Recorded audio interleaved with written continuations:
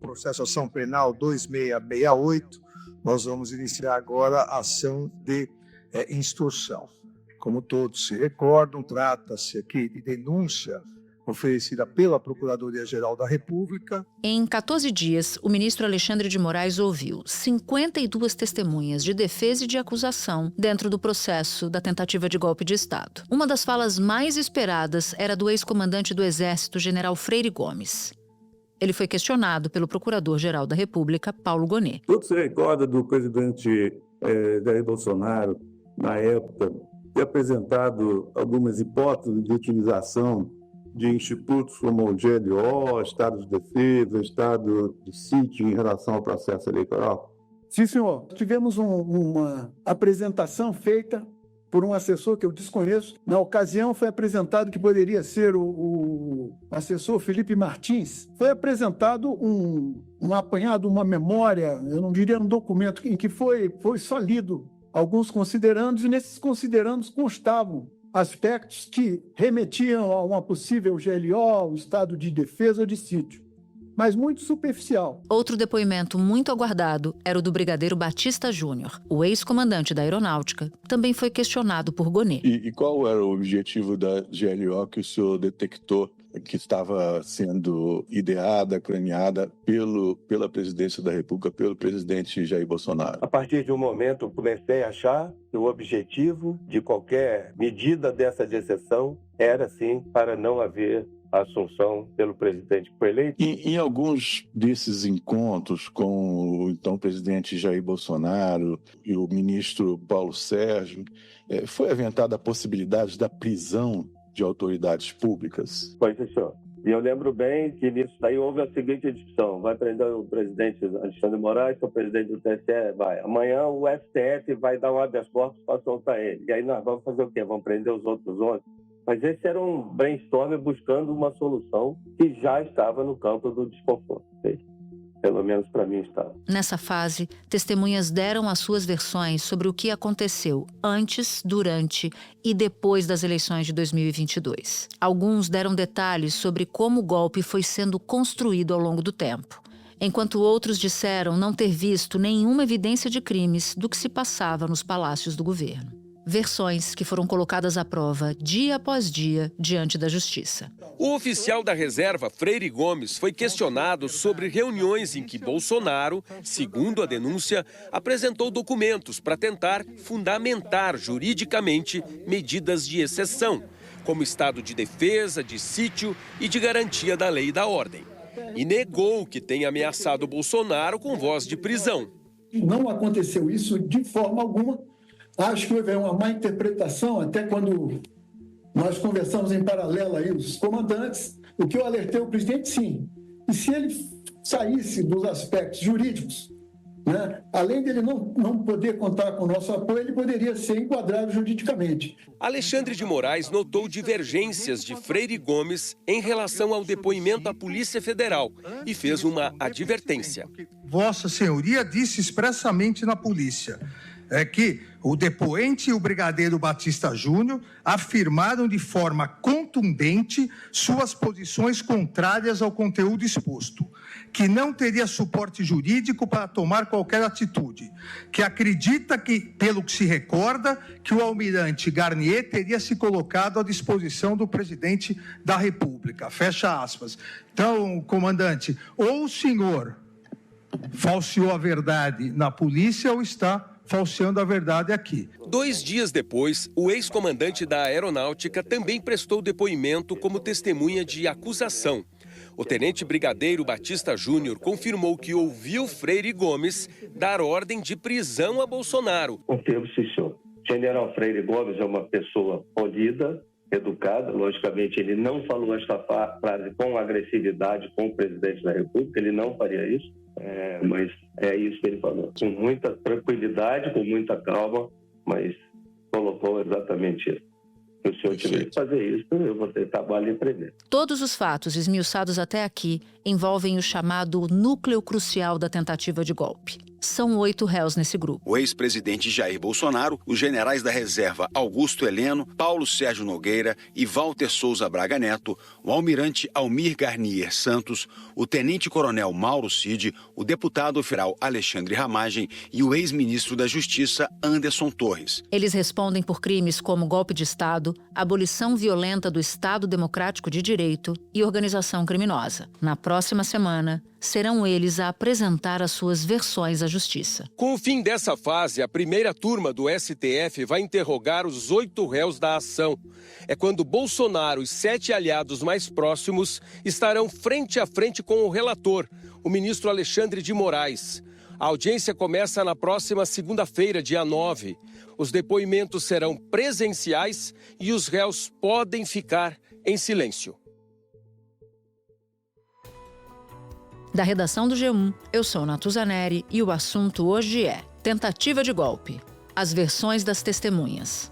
De que forma os depoimentos reforçam a atuação de Jair Bolsonaro na trama por um golpe de Estado e o que esperar do interrogatório do ex-presidente e dos outros 7 réus a partir da semana que vem. Eu converso com Flávia Maia, analista de judiciário da plataforma J em Brasília, e depois recebo Gustavo Sampaio, professor de Direito Constitucional da Universidade Federal Fluminense. Quinta-feira, 5 de junho. Flávia, você acompanhou mais de 50 depoimentos das testemunhas do processo da tentativa de golpe. Então a gente resolveu te chamar para que você nos ajude a navegar por esses depoimentos. O que as testemunhas de acusação e de defesa falaram sobre a trama golpista que está sendo julgada neste momento no Supremo Tribunal Federal?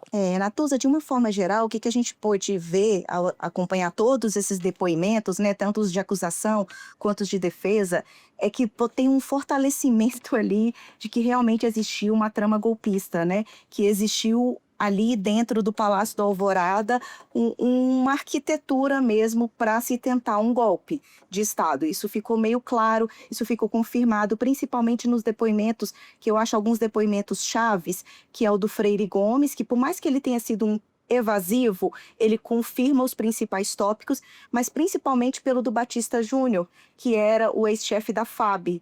Então, eles dois fecham ali muito que existia esse intuito golpista. Assim como os depoimentos que vieram ali das polícias, né, dos ex-chefes da Polícia Rodoviária Federal, que existiu sim um policiamento direcionado, blitz ali, principalmente na região Nordeste, onde o presidente Lula teria mais votos ali nas eleições de 2022. O inspetor Jairlon, que era o diretor de operações, ele pediu um apoio ao diretor de inteligência, inspetor Reichardt, para que a inteligência apoiasse a área de operações no indicativo de abordagens de ônibus e vans que tinham como origem os estados de Goiás, São Paulo, Minas e Rio de Janeiro e destino para o Nordeste. Eu não sei qual foi o contexto que ele falou exatamente, mas ele falou mais ou menos o seguinte: Adiel, tem coisas que são e tem coisas que parecem ser. Está na hora da PRF tomar lado, ou então, assim, a gente tem que fazer jus às funções de direção,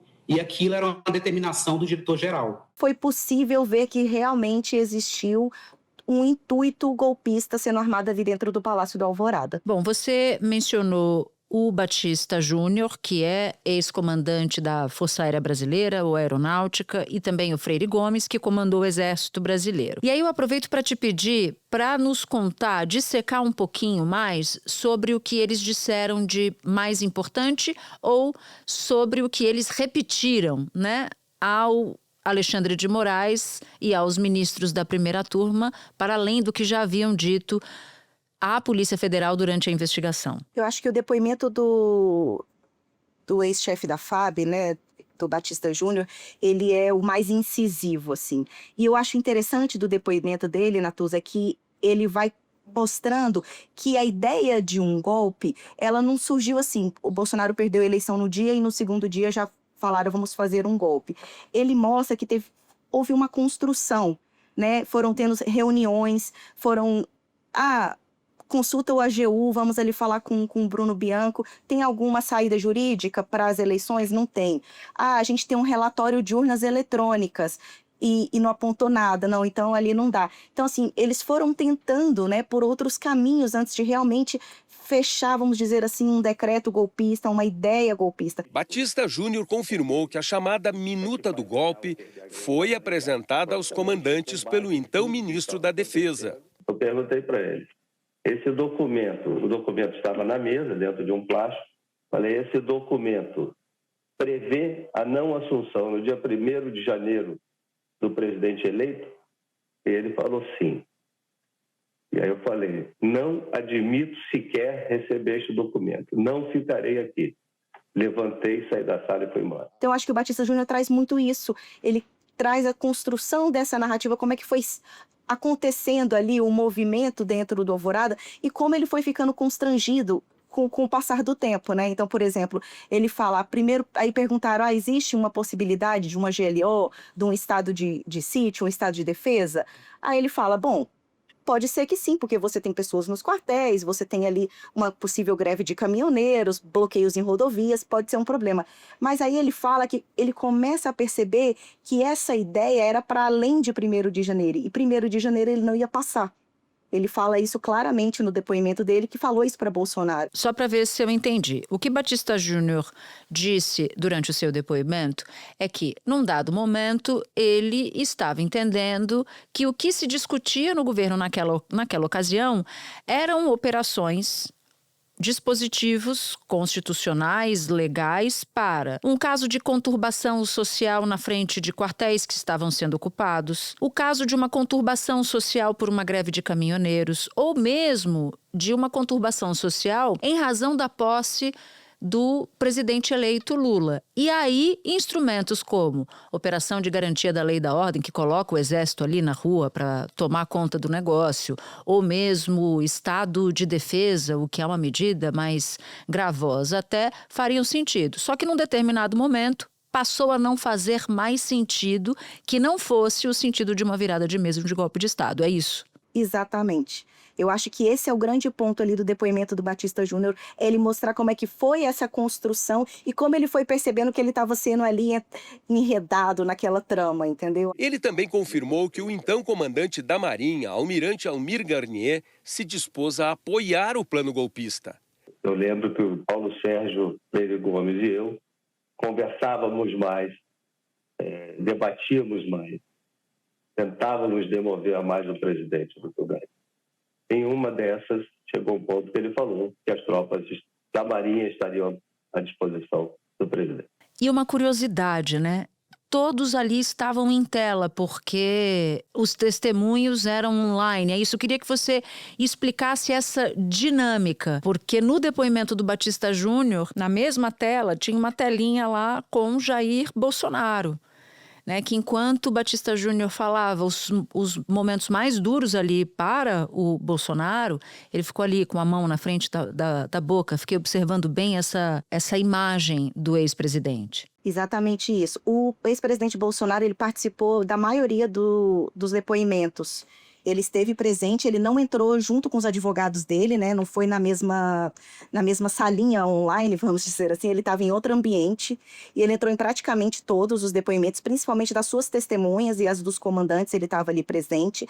A gente não conseguia vê-lo 100% do tempo, mas nas vezes que ele estava aparecendo, era possível vê-lo sentado ali com a mão no rosto, segurando ali o queixo e um pouco a bochecha, né? Numa tentativa talvez de tampar um pouco a boca e sempre com uma preocupação. Ele tinha um olhar preocupado, por mais que ele tentasse um pouco disfarçar a sua expressão usando a mão para isso. E tem uma outra curiosidade que talvez boa parte das pessoas não saiba, que embora Batista Júnior tenha dado o pior depoimento para Bolsonaro, eu tenho certeza de que ele não gostou, Flávia, de ter feito isso. Batista Júnior é alguém que declarou à Polícia Federal nutrir a admiração pelo Bolsonaro.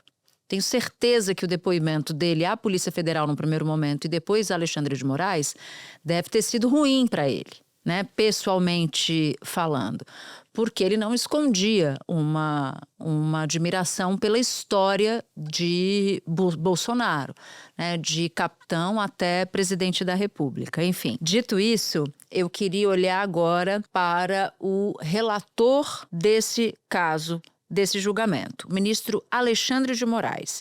O que a postura do Alexandre de Moraes nos conta sobre o clima dessas oitivas e sobre o estilo do próprio Alexandre de Moraes? Ele não imprimiu nada de diferente do que ele já vem imprimindo em outros processos. Mas eu acho que um ponto muito interessante da gente observar é que ele conduziu pessoalmente mais de 50 depoimentos de testemunhas. São muitas testemunhas. No caso Marielle, por exemplo, ele designou seus juízes auxiliares que fizessem essas oitivas. No caso do golpe, não. Ele foi pessoalmente, né? Pessoalmente, assim, por videochamada, mas ele estava presente ali e ele estava acompanhando as perguntas da acusação, as perguntas das defesas e fazendo muitas intervenções quando as testemunhas começavam a divagar, ou quando começavam a dar muita opinião, ou quando começavam a sair um pouco dos fatos e ir mais para elucidações, assim. Ele não saiu da forma de operação dele, né? Ele age daquela forma em todos os processos. Então, ele seguiu o que já se era esperado, inclusive essas intervenções um pouco mais assertivas, vamos dizer assim. Bom, e teve altercação ainda com Aldo Rebelo, que foi deputado federal, foi ministro da Defesa do governo Dilma, que estava lá como testemunha de defesa do almirante Almir Garnier, que, segundo os depoimentos e investigações, foi o único que se colocou ali claramente à disposição de Bolsonaro para uma virada de mesa. Ali houve muita gente que considerou o ato de Alexandre de Moraes um ato autoritário. Testemunha Aldo, o senhor estava na reunião quando o almirante Garnier falou essa expressão? Não.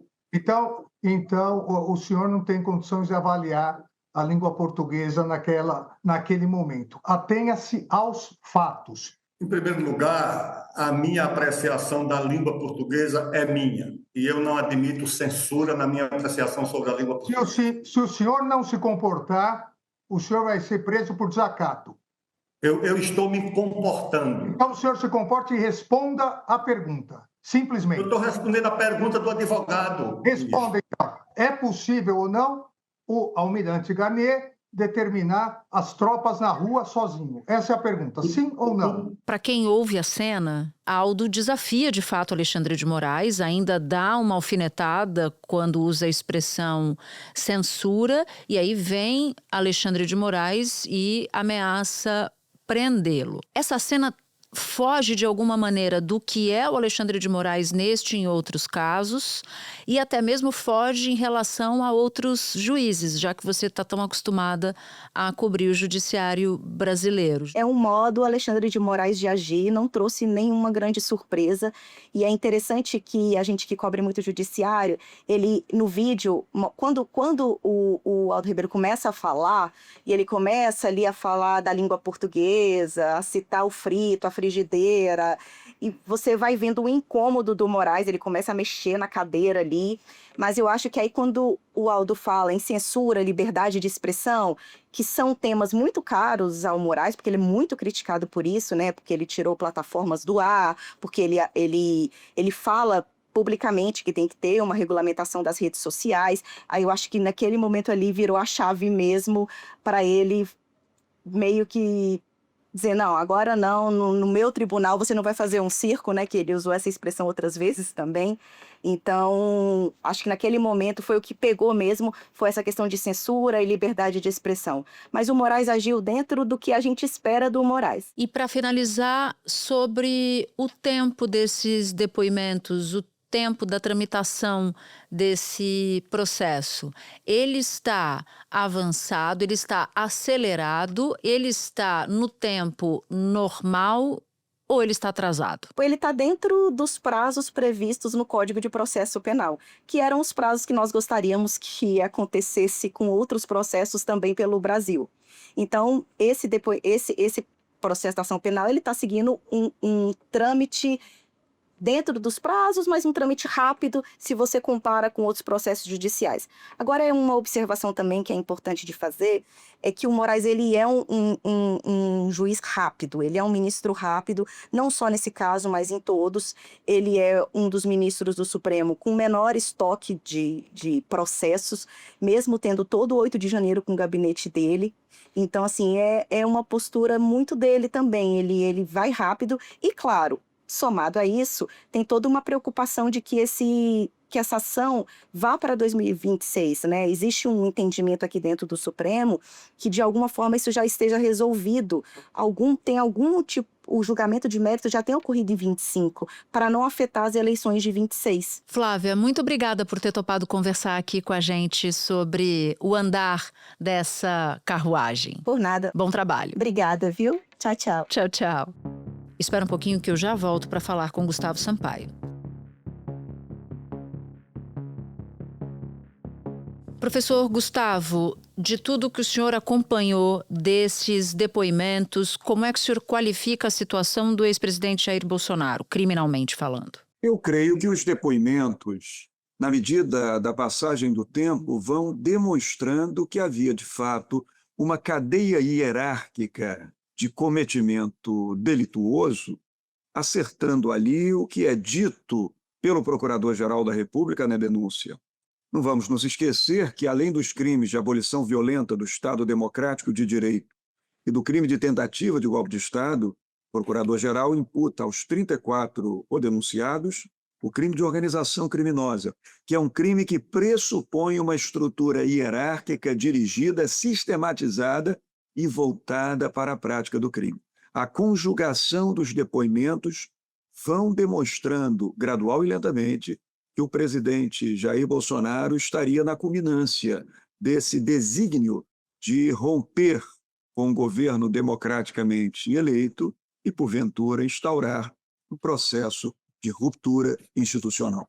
Durante todo esse processo, o relator do caso, Alexandre de Moraes, vem sendo bastante criticado por bastante gente, sobretudo do grupo do ex-presidente Jair Bolsonaro, que o acusa de perseguir o ex-presidente e tantos outros réus. Pois bem, olhando por cima desse caso, desse processo, há algo que possa confirmar essa alegação de perseguição? Durante a tramitação dessa ação penal, a gente consegue identificar elementos que vão nesse sentido de perseguição, professor?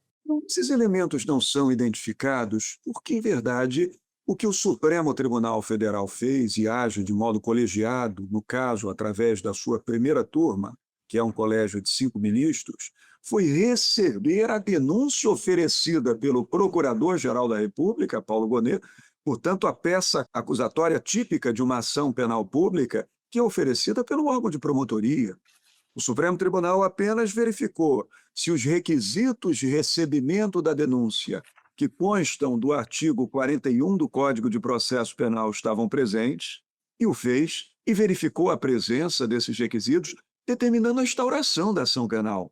A partir daí, correram os fatos processuais conforme manda o Código de Processo Penal brasileiro, que é a lei maior de regência da prestação judicial criminal, ou seja, deu-se aso à produção probatória, que é o curso no qual nós estamos agora, foram ouvidas testemunhas de acusação, testemunhas de defesa do primeiro grupo, serão ouvidas testemunhas de defesa e de acusação ainda de outros grupos e outras provas poderão ter sido produzidas. Quando se trata de caso de foro por prerrogativa de função, sobretudo quando se trata de prerrogativa de foro no Supremo Tribunal Federal, é o ministro relator, no caso Alexandre de Moraes, que conduz as indagações, as interrogações, os questionamentos àqueles que depõem e aos próprios acusados.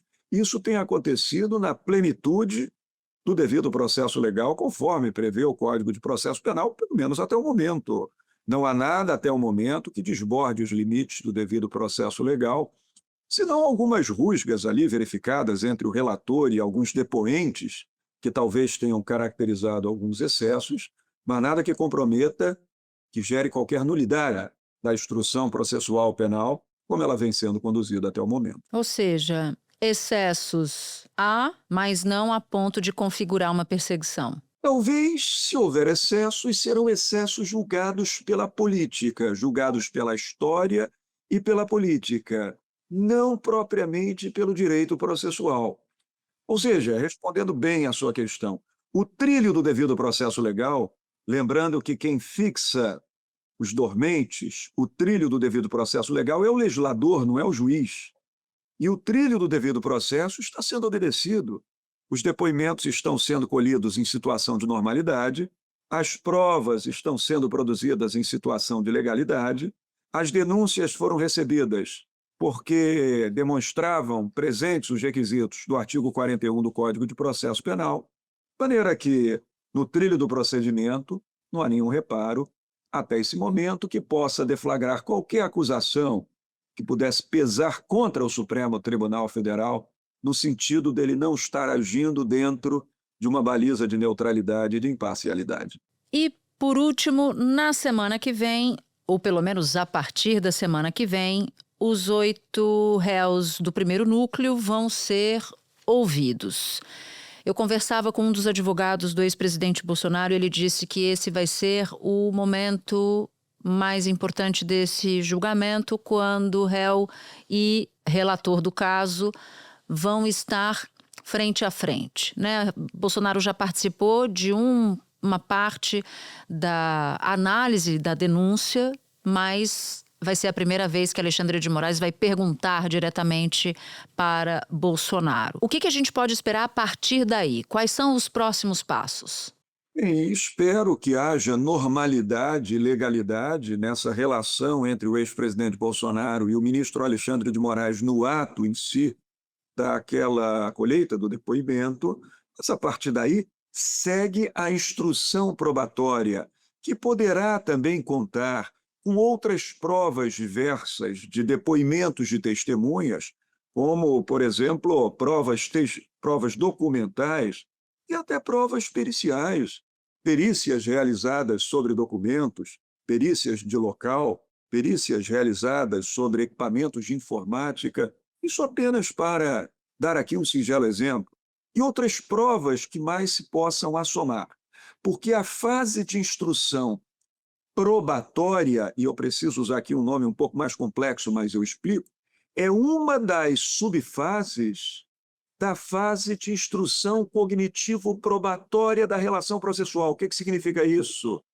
Que nessa fase de instrução cognitivo-probatória, fase de instrução de conhecimento, o diálogo entre as partes no processo ocorre.